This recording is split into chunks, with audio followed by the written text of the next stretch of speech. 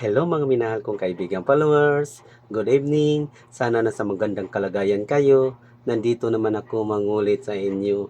Magdasal tayo ha. Maraming salamat. Mga minahal kong kaibigan followers.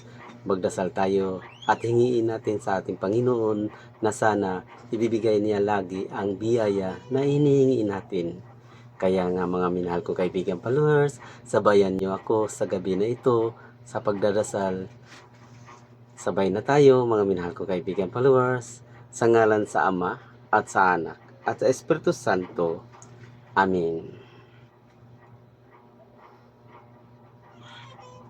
Panginoon kong makapangyarihan sa lahat, ipagkaloob mo na sa pamamagitan ng iyong biyaya ay mararamdaman namin ang kahalagaan ng pananagutan ng pagtulong sa kaligtasan ng kapwa na iyong ipinagkatiwala sa amin.